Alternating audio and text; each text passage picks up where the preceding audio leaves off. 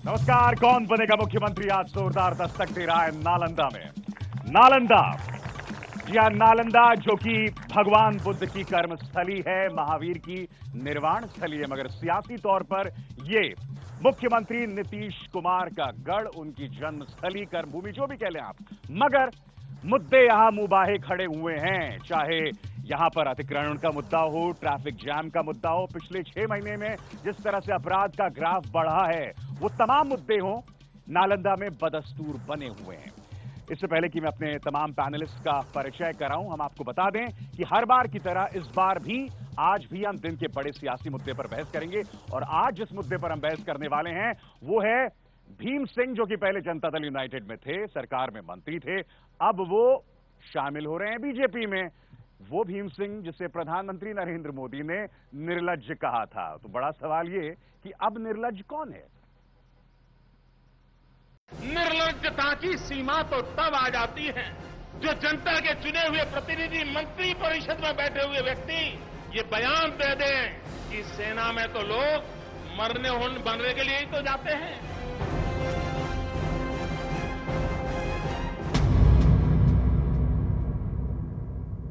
ये चेहरा भले ही ना पहचानते हो आप, लेकिन प्रधानमंत्री मोदी की आवाज जरूर पहचान रहे होंगे। यही वो चेहरा है जिसे खुद मोदी ने साल 2013 में रेवाड़ी की रैली में निर्लज्ज करार दिया था। निर्लज्जता की सीमा तो तब आ जाती है जो जनता के चुने हुए प्रतिनिधि मंत्री परिषद में बैठे हुए व्यक्ति ये बयान दे दें कि सेना में तो लोग बनने के लिए ही तो जाते हैं।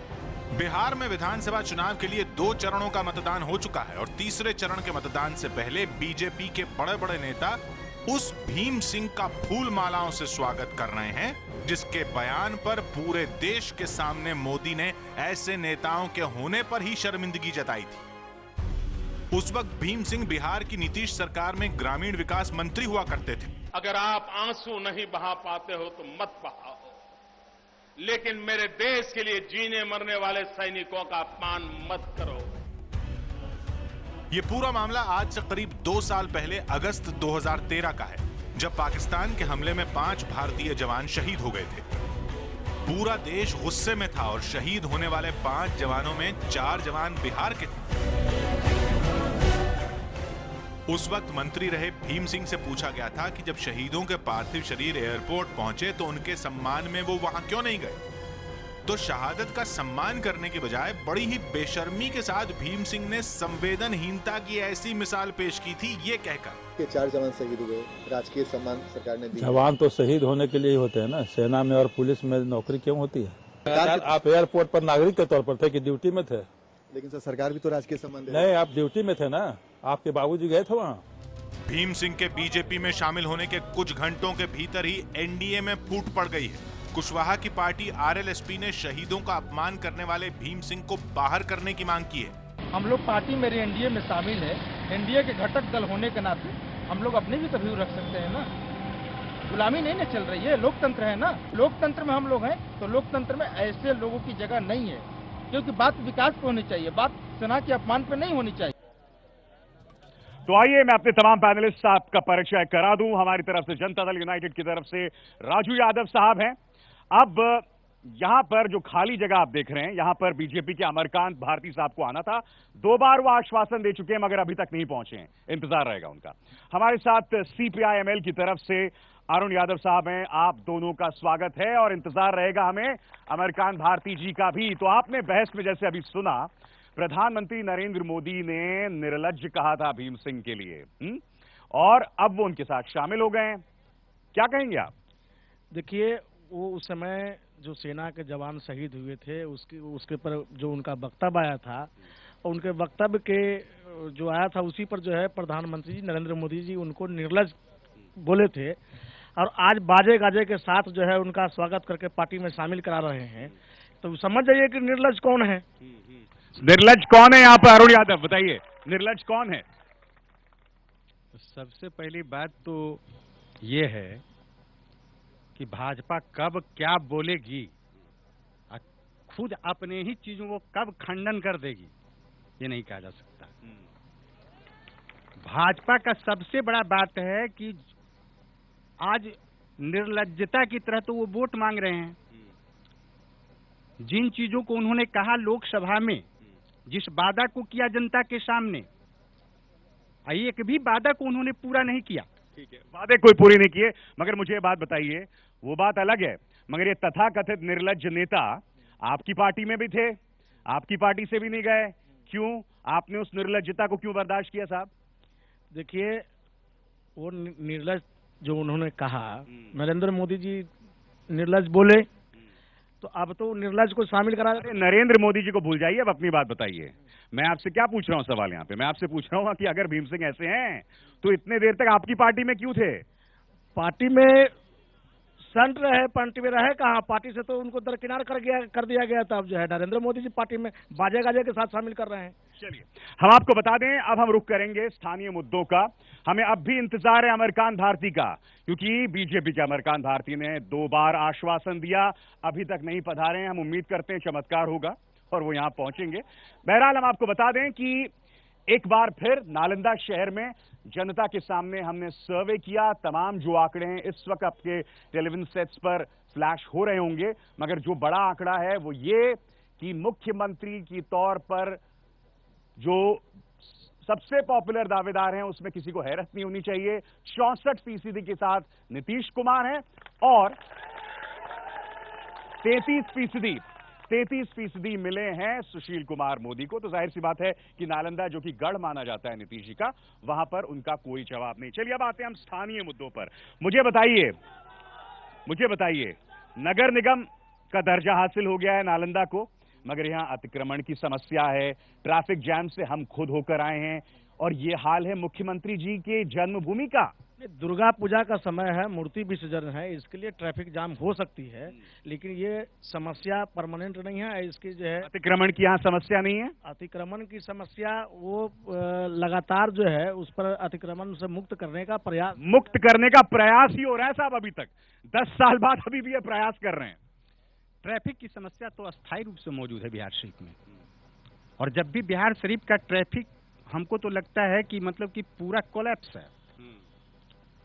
कोई माने ट्रैफिक जो पुलिस है वो आप कहीं पर है जो कि देखिएगा कि साइड में खड़ा रहेगा, तो ये तो वाजिब बात है कि पूरी समस्या है ट्रैफिक की। और ये काबिले माफी इसलिए नहीं है क्योंकि ये नगर निगम है साहब, ये चीजें यहाँ नहीं होनी चाहिए। ये मुख्यमंत्री का गढ़ है, उनकी जन्मस्थली है, अगर ये समस्याएं यहाँ हैं तो ये शर्म की बात है। देखिए, ये नगर निगम का दर्जा जब से मिला है तो उसके लिए लगातार ओवरब्रिज का जो है प्रस्ताव बन रहा है बाईपास में, और एक नाला जो ये मछली मार्केट से गया है, वैकल्पिक कई एक रास्ते जो है निकाले गए जाम से निजात के लिए। तो चूंकि इतनी तेजी से जो है जनसंख्या बढ़ रही है तो उस तेजी से काम भी चल रहा है। नाला रोड से जो है वैकल्पिक रास्ता निकाल के जो है जाम से निजात दिलाने का। आपसे वही तो पूछ रहा हूँ साहब, 10 साल गुजर गए, अभी भी काम चल रहा है। ये धीमी गति से काम चल रहा है, वो भी मुख्यमंत्री की कर्मस्थली जन्मस्थली में। चलिए सवालों का सिलसिला शुरू करते हैं। आप में से कौन सवाल? हाँ बोलिए। मेरा सवाल राजू यादव जी से है कि पूरे माहौल में भी चर्चा है, आम आवाम यह कह रहा है कि जो 2 चरण के जो चुनाव हुए हैं इसमें जदयू 40 सीट और 22 सीट ला रहा है, और तीसरे चरण में भाजपा का यहाँ 32 बुझ जाएगा। इसमें इसको किस रूप से देखते हैं और इसमें कितनी सत्यता है? चलिए सवाल करें और बताइए, और क्या सवाल है आपके पास? जी आइए बताइए। सर, मैं जदयू के प्रत्याशी से पूछना चाहता हूं कि हमारे यहाँ गुणवत्तापूर्ण शिक्षा का क्या मापदंड है? आए दिन आप लोग के द्वारा दिखाया जाता है कि हमारे यहाँ जो शिक्षक पढ़ाते हैं वो किन्हीं को बफेलो नहीं लिखने आता है, किन्हीं को कैट नहीं, उनकी नियुक्ति का इनके पास क्या मापदंड था? थोड़ा सवाल ये यहाँ पर राजू यादव कि ये समस्या तो बिहार में हर जगह दिखाई देती है, चीटिंग की तस्वीरें हमारे सामने हैं, तो शिक्षा को लेकर जो शर्मसार करने वाला चेहरा है वो बार बार उभर कर आता है। देखिए, शिक्षा में लगातार नीतीश जी सुधार किए हैं। पहले नीतीश जी के पहले फोटो देखे थे ना टीवी पे, हाँ, वो क्या दीवार पे चढ़ के चीटिंग करा रहे थे। कितना सुधार हुआ शिक्षा में, है ना? सुधार हो रहा है। अब कोई जादू की छड़ी है तो नहीं कि तुरंत सुधार हो जाएगा। माफ कीजिएगा, ये जादू की छड़ी नहीं है, ये आप अंकुश लगाइए चीटिंग पर, ये जादू की छड़ी नहीं है। आप बुनियादी बातों का ध्यान नहीं रख रहे हैं। पहले नीतीश जी के पहले जो है स्थिति ये हो गई थी कि स्कूल में बच्चे आते नहीं थे, जो 2005 के पहले 1,17,000 9वीं क्लास में बच्चियां थी, आज जो है 9,15,000 हो गई। तो ये कह रहे हैं कि भैया शिक्षा को लेकर रामराज है। शिक्षा तो पूरा कोलैप्स है। और बिहार के अंदर भी जो लगता था कि नीतीश जी शिक्षा का सुधार करेंगे, तो यहाँ भी शिक्षा एक मार्केटिंग हो गया है। किस तरह से मार्केटिंग हुआ? जो प्राइवेट स्कूल हैं, तो प्राइवेट स्कूल एक बाजार बना हुआ है यहाँ पे। ठीक है। और जो सरकारी स्कूल हैं, वो सरकारी स्कूल में है जो कि पहले लोग हैं जो कि स्लेट लेकर जाते थे, आप प्लेट लेकर के जाते हैं। ठीक है, प्लेट लेके जाते हैं। तो और भी हम सवाल लेते हैं, चलिए आइए, और कौन सवाल करेगा? जी जी बोलिए। बिहार में शिक्षकों की जो भी बहाली हुई है, उसमें पूरी भ्रष्टाचार से बहाली हुई है। मतलब कि जो भी है फर्जी सर्टिफिकेट में बहाली हुआ, इस पर क्या कहना चाहते हैं? जदयू पर फर्जी सर्टिफिकेट से बहाली हुई है। और कुछ को यहाँ पर पूछना चाहेगा? जी बताइए, सामने इधर आइए, आइए। तो फर्जी शिक्षा की बहाली बताइए। नीतीश जी के राज में यहाँ सिर्फ बच्चे लोग स्कूल जाते हैं साइकिल, पोशाक और खिचड़ी खाने के लिए। यहाँ शिक्षा का कोई महत्व नहीं रह गया है। सिर्फ सरकारी के बजाय प्राइवेट में पढ़ते हैं। और जो जाम का समस्या है, वो तो जनसंख्या से ज्यादा अतिक्रमण हो रहा है। बस खाली पुलिस यहाँ जो बैठी है चंदा तसीलने के लिए। ये बताइए, ये हकीकत तो है, ये हकीकत है जो सामने उभर कर आ रही है, क्या आप इसे नजरअंदाज कर सकते हैं? शर्मा जी जो है अपने अपने चश्मा से लोग देखते हैं। यहाँ engineering college, medical college, agriculture college, polytechnic college, ITI, आयुध कारखाना, रेलवे कारखाना, ये तमाम चीजें इन लोगों को नजर नहीं आती है। समझ गए? ये अपने अपने चश्मा से नजरिया से देखते हैं। और एक बोल रहे थे एक भाई कि फर्जी डिग्री वाले बहाल हो गए, तो उसका जांच में जो दोषी पा रहा है उसके ऊपर कार्रवाई हो रही है। न्याय के साथ विकास, यही तो एजेंडा है मुख्यमंत्री। अच्छा, आपने बोला कि लोग अपने अपने चश्मे से देख रहे हैं।